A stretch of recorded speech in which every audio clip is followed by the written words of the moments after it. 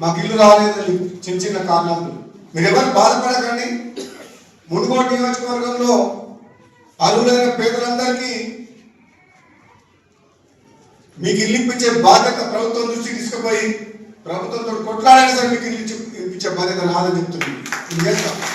ఎందుకంటే చాలా మంది నిరుపేదలు అర్హులైన కూడా వాళ్ళకి ఇల్లు రాలేదు.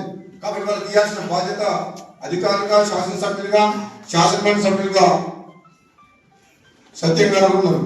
ఇప్పుడు పార్టీ మీరిద్దరం ఎమ్మెల్యేలు ముంగోడుకు ఎమ్మెల్సీ ఇక్కడి నుంచే ఇచ్చారు. పొత్తులో భాగంగా అప్పుడు శాసనమండలి మున్గోడు బీజేపీలో పోయినప్పుడు పొత్తు సిపిఐ కాంగ్రెస్ పొత్తులో భాగంగా జరగబోతున్నది. ఎమ్మెల్యే మున్గోడు ఇక్కడ అడిగిండు, కాంగ్రెస్ పార్టీ ఇక్కడ క్యాబినెట్ ఎవరు లేరు కదా అని చెప్పేసి ఈయనకి ఇద్దామని డిసైడ్ చేసిండు. నేను మళ్ళీ మనల్ని బీజేపీకి రాజగోపాల్ రెడ్డి వస్తేనే మళ్ళీ కాంగ్రెస్ పార్టీ ప్రభుత్వం బీజేపీకి తీసుకొచ్చింది. తీసుకొచ్చి ఎక్కడైనా పోటీ చేయాలి, ఎల్బీ నగర్లో చేస్తే మంత్రి